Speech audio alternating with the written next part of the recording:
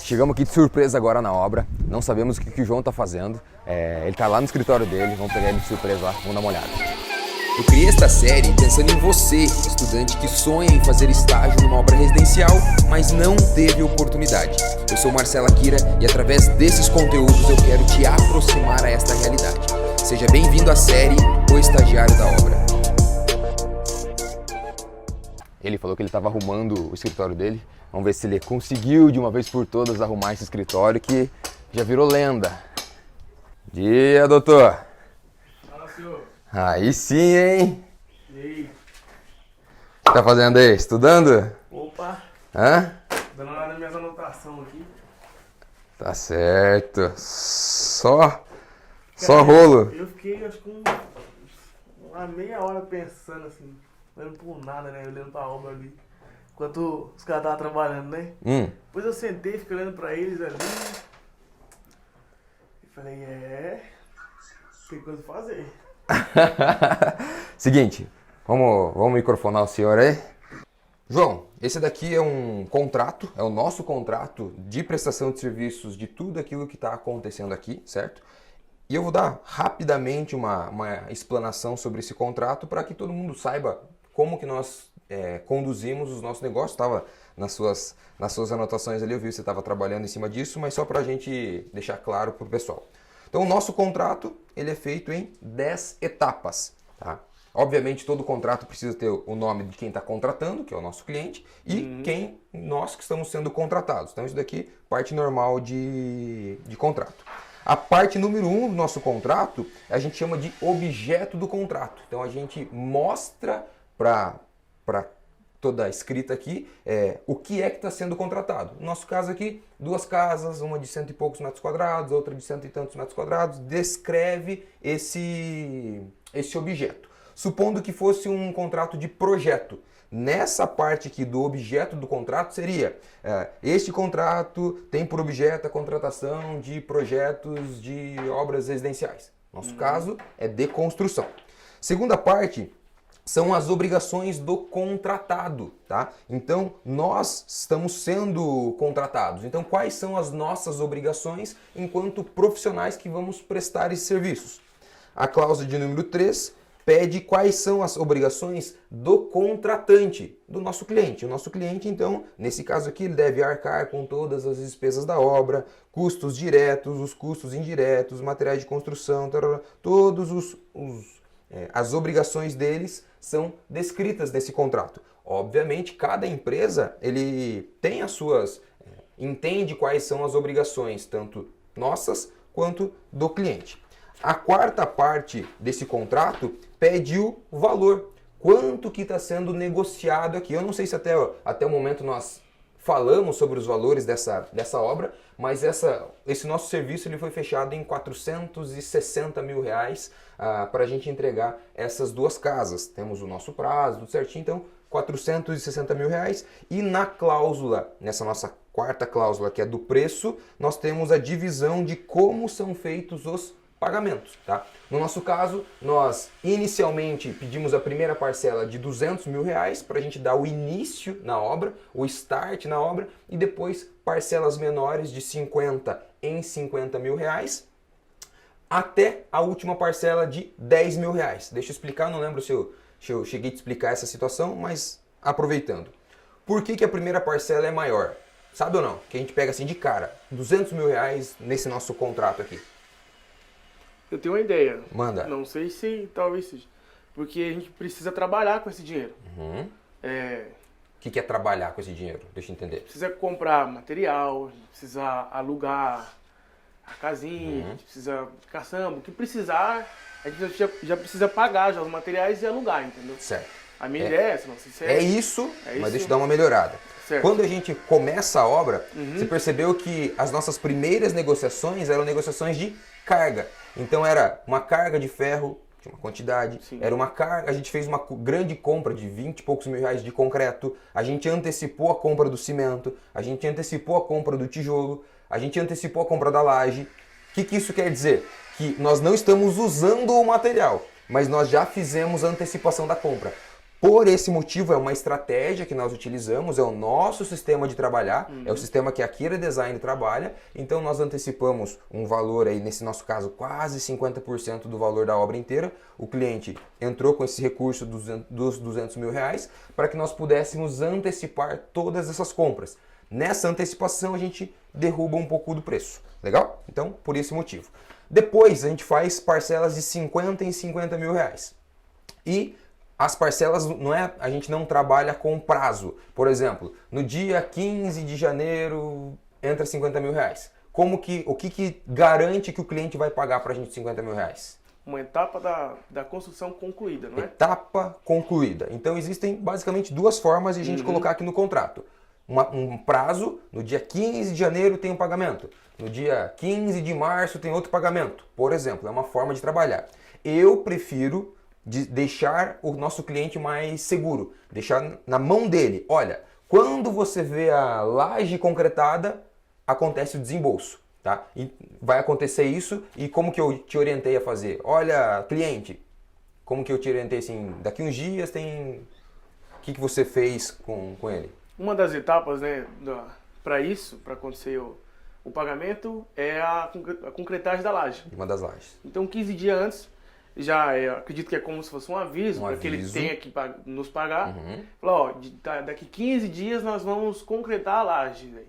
Não é uma cobrança, mas é uma cobrança, né? Exatamente. Aí eu alerto ele sobre o que vai acontecer e ele já consegue se programar para nos pagar e poder participar da concretagem, se assim ele quiser. Então vamos lá. Se nós tivéssemos uma data cravada, ficaria mais fácil, né? Ele sabe que no dia 15 tem pagamento. Como não tem essa data, isso mesmo você falou, é um alerta. Não é uma cobrança, mas é uma cobrança, né? É um alerta, olha, daqui 15 dias aproximadamente nós vamos concretar a laje, então se prepara para o desembolso. Não sei se você lembra, o último desembolso, o último pagamento, o dinheiro estava aplicado na conta do cliente, aí ele foi querer sacar, o gerente do banco falou assim, não queria deixar ele sacar o dinheiro, porque tem toda uma questão de esperar passar tantos dias para ter um rendimento maior. Deu um certo trabalhinho ali, mas deu tudo certo, tá? Então, é nesse... esqueci. E a nossa última prestação, a nossa última parcela, o último desembolso do cliente, a gente fixa lá em 10 mil reais. Eu te expliquei isso ou não? Por que o último é 10 mil reais? Olha, se você explicou, eu não lembro não. Mas você tem ideia? Não tenho ideia. Então, é a garantia que eu dou para o meu cliente. Então, nós fechamos em 460 mil reais. Durante o período da obra, esse cliente nos paga 450. Fica 10 mil reais de garantia. Nós finalizamos a obra como um todo, vem a família e nós fazemos uma vistoria na obra. Testamos interruptores, tomadas, lâmpadas, abrimos as torneiras, acionamos a descarga do vaso, olhamos se tem algum piso trincado, verificamos se as tintas... Fazemos uma vistoria, eu guio essa vistoria, daí eu saio e deixo o cliente à vontade para ele ir lá testar se a torneira de fato está funcionando, tá? Então eu oriento essa visita e depois eu saio.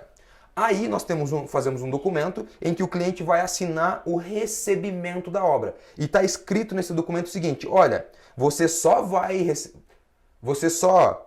vai fazer o pagamento desses 10 mil reais para a Kira Design mediante a assinatura desse documento. No texto do documento está dizendo, em você assinando, você está recebendo a obra em perfeitas qualidades, sem defeitos. E então eu deixo claro, não assine se tiver alguma irregularidade, porque enquanto você não estiver satisfeito com a obra, você não me paga os 10 mil reais. Supondo que ele encontrou uma tinta, uma pintura que não ficou do agrado dele. Aí ele me avisa, aí juntos nós vamos verificar essa tinta. Não, está certo, é assim mesmo, certo? Ou, não, de fato ficou errado, passou na vistoria, a gente não viu. Então chama o pintor, repintamos essa parede inteira de novo, agora o cliente olha, opa, gostei, agora ele faz o pagamento. Então esses 10 mil reais que fica lá no final é a garantia do recebimento da obra. Certo. Beleza? Continuando aqui, antes de a gente dar um pulinho na obra, a quinta parte da cláusula do contrato é sobre o prazo. Então, essas duas obras, nós sabemos mais ou menos quanto tempo que a gente vai fazer, em função da nossa equipe, em função da produtividade, em função das características do terreno, da facilidade do material ser estocado, tudo isso a gente coloca na ponta do lápis. Só que nós trabalhamos com 2 a 3 meses de folga. Como assim 2, 3 meses de folga? Sim, essa obra aqui, no nosso contrato, é para 15 meses, para a gente entregar as duas casas. Tem como fazer antes? Tem como fazer antes, mas a gente prefere alongar esse nosso contrato para que a gente possa dar garantia de que a obra será feita no prazo. Eu poderia, por exemplo, fazer nosso contrato em 12 meses, como era inicialmente, antes da gente assinar de fato? Poderia. Só que se por um acaso atrasasse 15 dias, eu estaria fora do meu contrato. Se eu atrasasse um mês, atrasei um mês do meu contrato. Como eu fiz a proposta para o cliente, obviamente tem todo um contexto para que essa proposta fosse aceita, ele aceitou, então a gente está aí com alguns meses de margem. Qual que é no nosso trato, qual que é o trato? Fazer as duas casas em 12 meses. Certo. No nosso trato. Mas com o cliente, no contrato, são 15 meses, certo? Na cláusula de número 6, nesse caso aqui, entrou a elaboração dos projetos de engenharia. Projeto de arquitetura, estrutura, elétrica, tal. Na cláusula 7ª, de número 7, entra todos os materiais. Então aqui a gente descreve que tipo de tijolo, tipo de concreto, ferragem, qual é o tipo do granito, da torneira, lâmpada, painel de LED, interruptor. Tudo isso é descrito na cláusula de número 7. E é a maior cláusula, porque ela leva em consideração, por exemplo, na lavanderia, o nosso revestimento de parede vai vir até 1,5 m ou vai até na laje. Isso está descrito aqui nessa fase do contrato. Na parte de número 8, o que não faz parte do contrato. Isso tem que estar muito claro para o cliente, porque senão ele pode pensar, tá, legal, eu estou comprando na minha casa e já vai vir com os quadros na casa, já vai vir com os eletrodomésticos, já vai vir com os móveis, já vai vir com... Certo? Então a gente deixa muito claro para o cliente, o que não faz parte. Parece piada. Quadros, papéis de parede, cortina, tapete, ar-condicionado. Mas eu poderia muito bem vender a casa para ele com todos esses itens. Mas não faz parte desse nosso contrato, tá? A cláusula 9ª é a rescisão. Caso aconteça alguma rescisão, nós temos aqui 5% de multa sobre o contrato. E a cláusula 10ª está elegendo a cidade de Campo Mourão. Caso aconteça algum problema, é no Fórum de Campo Mourão que nós iremos resolver as nossas pendências aí. De assinatura, você participou comigo na assinatura, inclusive você foi uma das testemunhas aqui desse contrato, tá? Então, basicamente é isso, um breve ensinamento sobre o contrato de prestação de serviços dessa obra, sobre os valores, prazos, que foi a primeira vez que a gente entrou mais a fundo nesse contexto aqui, beleza? Vamos dar uma olhada na obra ali e ver qual é o andamento aí dos processos. E além do escritório do estagiário, o que a gente tem aqui? Uma horta. E os caras já plantou um monte e já comeu tudo, porque eles almoçam aqui, né? A gente tem cebolinha, alface, pimenta. Olha essa pimentinha aqui. Pai, tá bonita, hein? Pô. E almeirão. Almeirão. Eles trazem aqui, ó, as mudas nesse pote aqui. Não sei como que eu posso chamar isso aqui. E planta. Adubo. Os caras aqui são gênios, cara. Muito bom. Então vamos lá. Nossa casa aqui, casa lá dos fundos, já estamos com o telhado totalmente, a estrutura do telhado totalmente feita, né? Agora a gente já começa na próxima semana o madeiramento. E agora vamos dar uma olhada nesta casa aqui primeiro, que já está aí no ponto da laje. Vamos caminhar ali? Opa.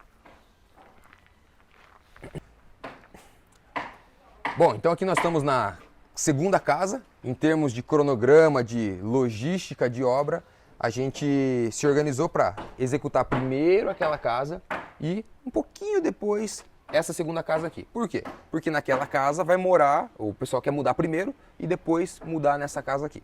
Então já estamos mexendo no telhado, já estamos rebocando, já regularizando todas as paredes e aqui ainda estamos na construção cru.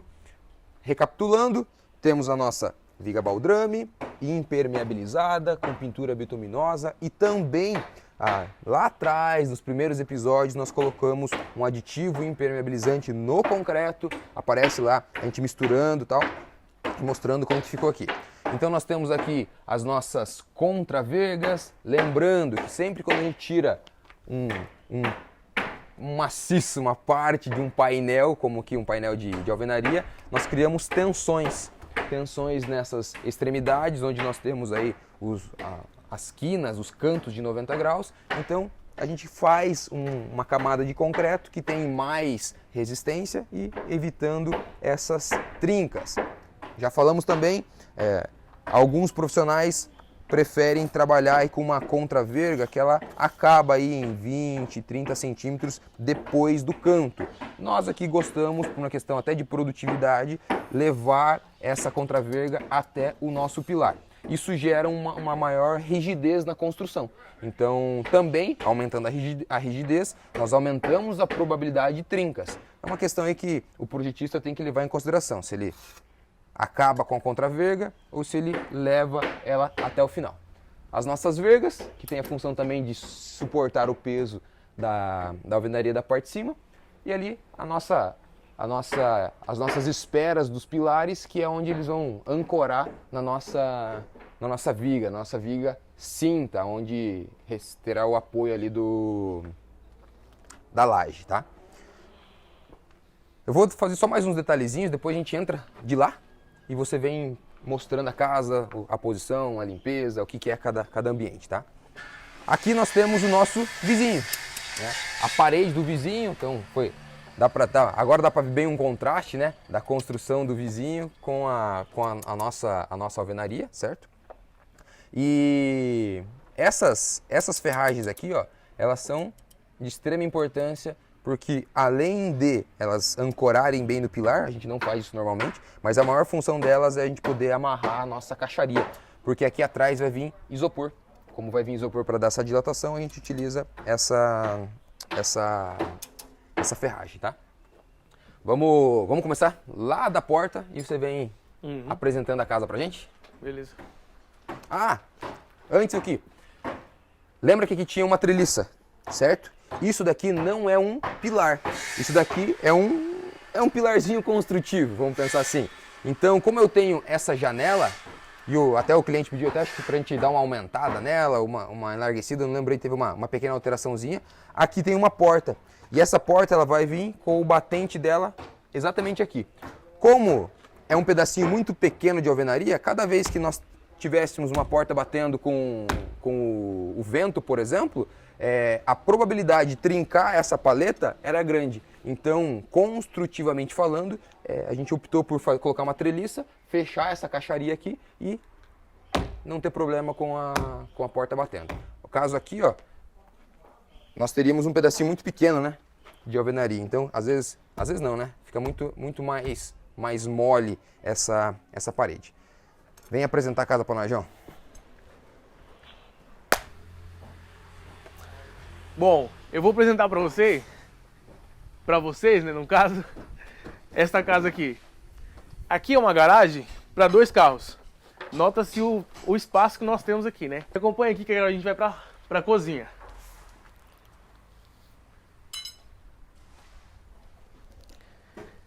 Essa aqui é a cozinha. Nós temos uma janela aqui. Aqui é talvez um detalhe, algo para ficar mais bonito. Uma janela menor. Esse é o gosto do cliente, né?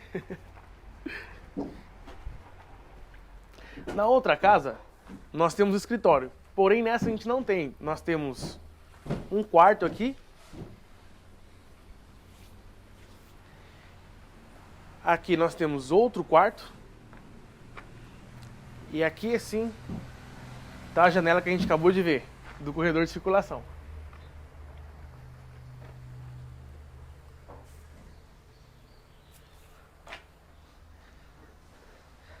Na circulação aqui, nós chegamos na suíte e no banheiro.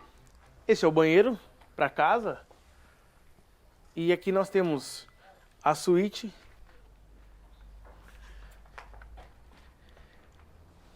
com o banheiro dela mesmo. Certo. João, esse nosso cliente aqui, na verdade o cliente daquela casa, né? Aqui vai morar a mãe dele, ele já trabalha nesse mundo das obras há um bom tempo, tá? Só que ele não trabalha especificamente com construção residencial. Inclusive ele até está, acho que, formando em engenharia civil, já formou, algo do tipo assim, certo? Então boa parte desse projeto aqui foi... boa parte, digo assim, 90% das duas casas foi ele que projetou.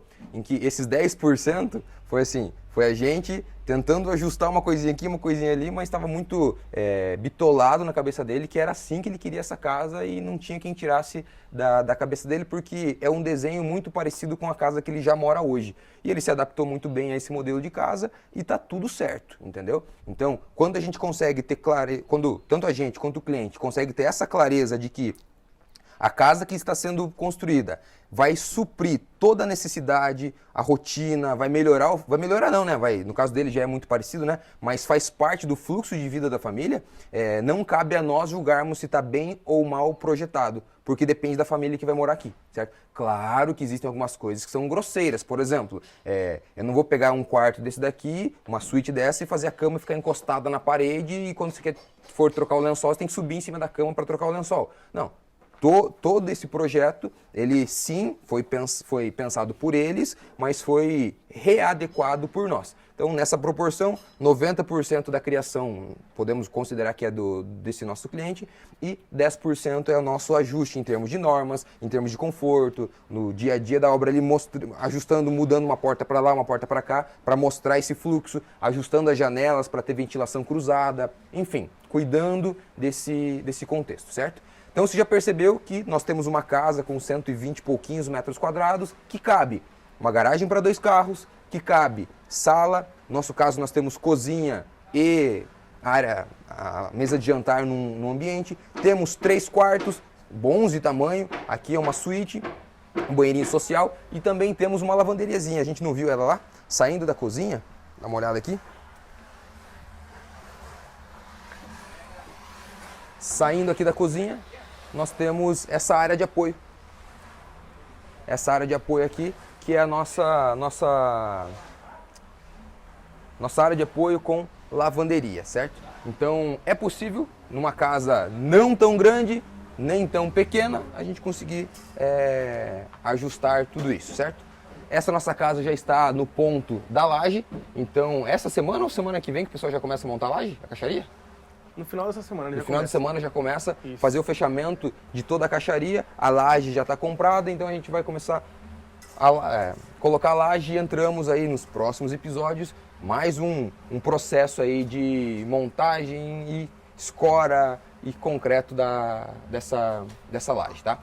Sobre o concreto, nós fizemos uma grande compra, né, de 20 e poucos mil reais, e eu não lembro agora, de bate-pronto, se a gente está com algum saldo ainda lá na concreteira.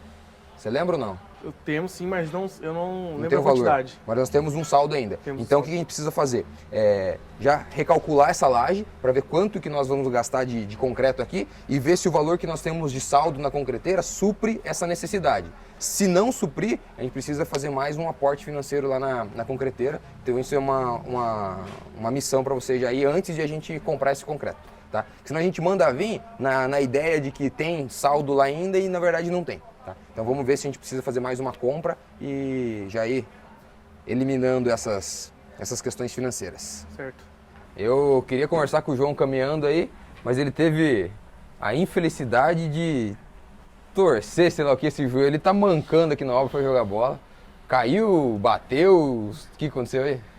Quando falta habilidade, a gente se machuca, né, cara? Vou te falar, ó, se você tivesse aí no teu peso de atleta, você não tinha machucado, hein? Eu escuto tanto isso, cara. Que eu tava vendo, né? Eu fui até pesquisar. Eu tenho 1,81 de altura, né? 8,1 de altura. 1,81. Os caras que é jogador de futebol que tem 81 de altura, os caras têm 76, Nossa. 78 quilos. Como que a gente vai jogar com 93 quilos, né? 93, João? Não tem condição, né, cara? Não tem como, né? Ah, vai ter que dar uma... Calma mas, aí, mas não... Nada grave, só tá enfaixado o joelho. Não, nada grave. Não, já tô já sem tá sem faixa. Tô sem faixa já. Então tá certo. Vamos lá. Quais são as suas dificuldades, dúvidas? O que você ouviu falar de algum termo e quer perguntar? É agora. É agora?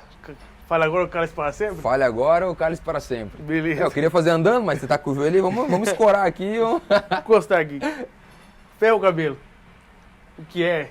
De onde vem? De onde como vem? Faz? Cara, eu tava... Ah, tá pra cá. Você acha que você deixou atrás do pilar ali? Pra cá. Aqui. Ah. Vou usar a minha... Tava aquela hora lá no começo do vídeo, eu tava mostrando minha régua aqui.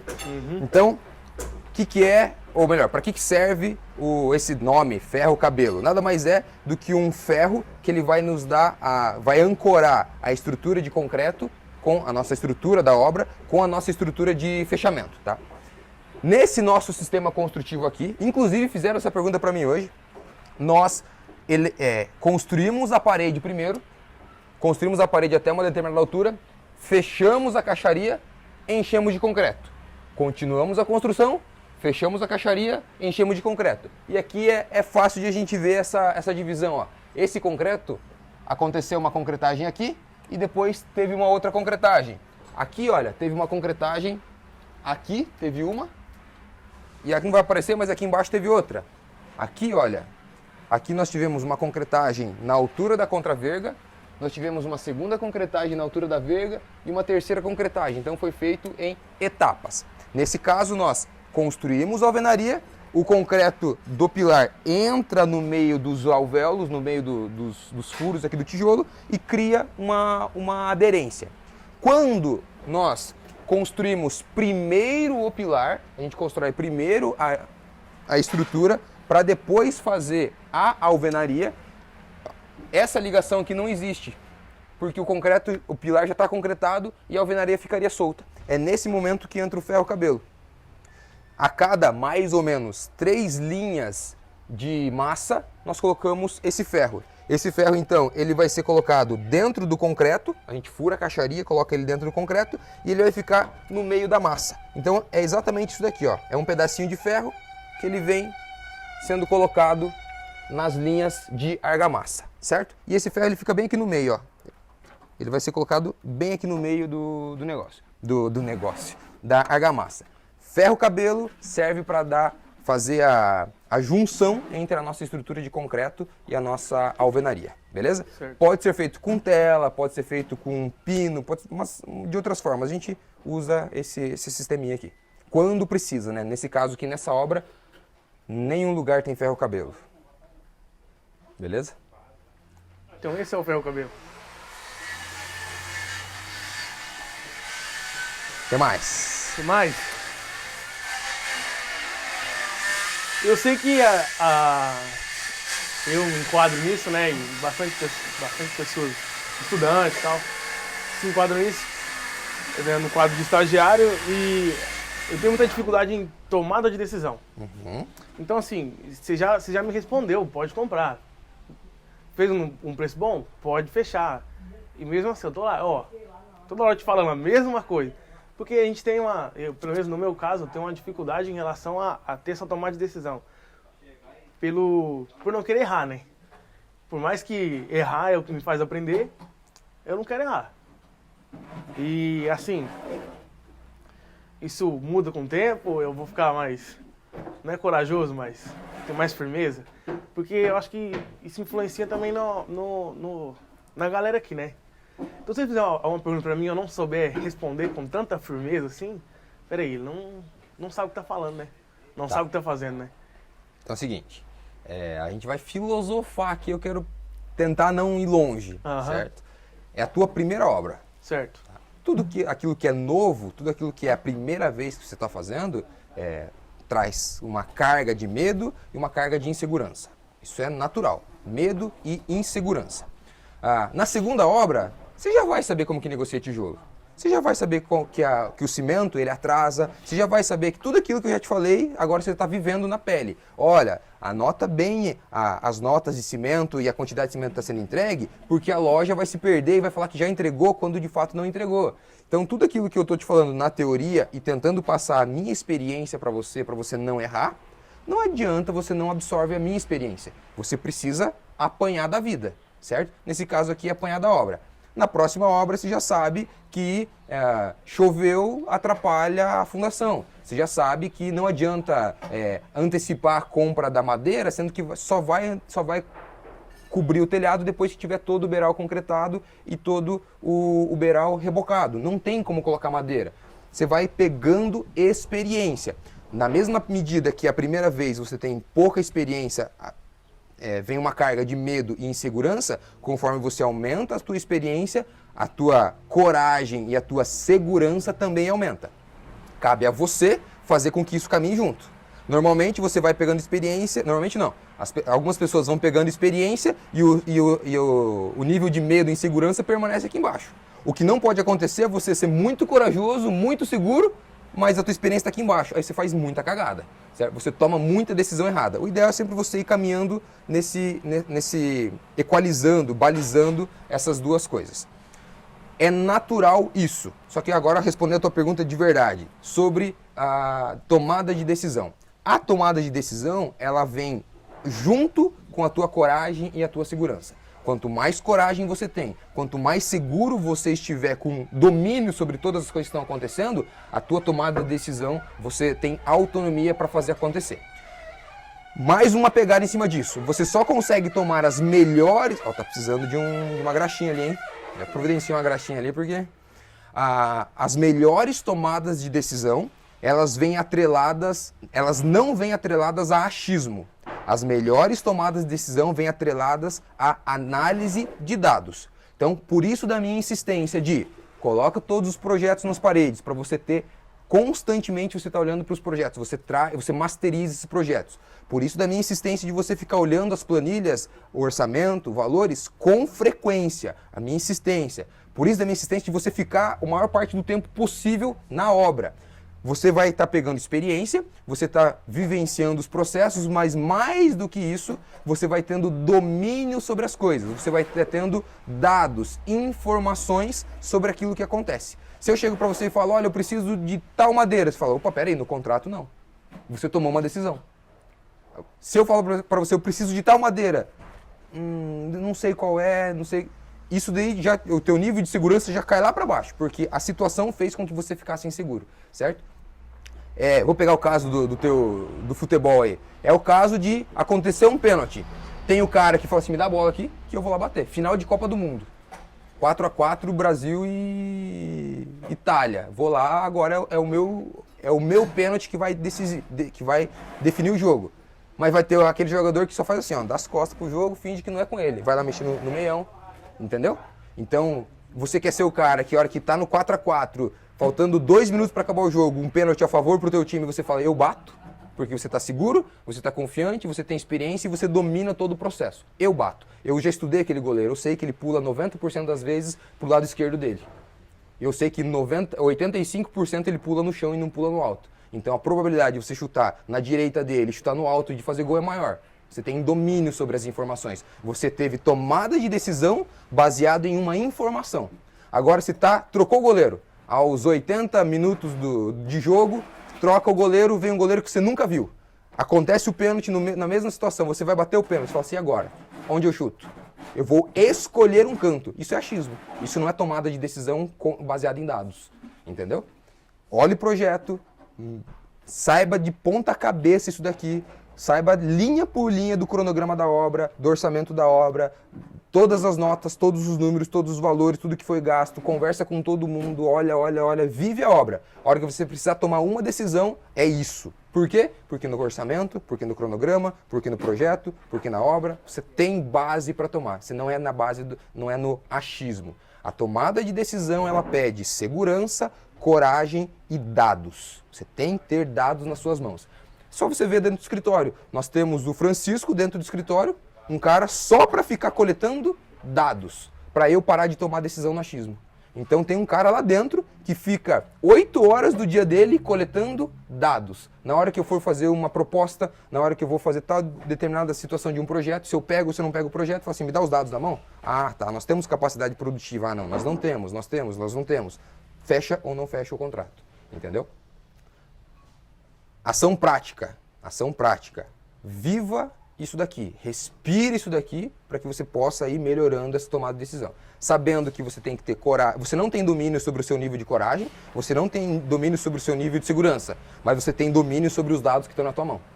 Entendeu? Então esquece coragem, esquece segurança e vai atrás dos dados. Quando você vai perceber que nas próximas tomadas de decisão o negócio acontece.